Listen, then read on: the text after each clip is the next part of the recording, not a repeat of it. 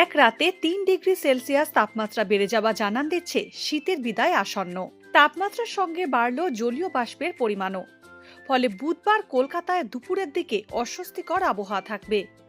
সরস্বতী পুজোয় ২০ ডিগ্রি সেলসিয়াসে পৌঁছতে পারে রাতের পারদ। আজ নতুন করে পশ্চিমী ঝঞ্ঝা ঢুকছে।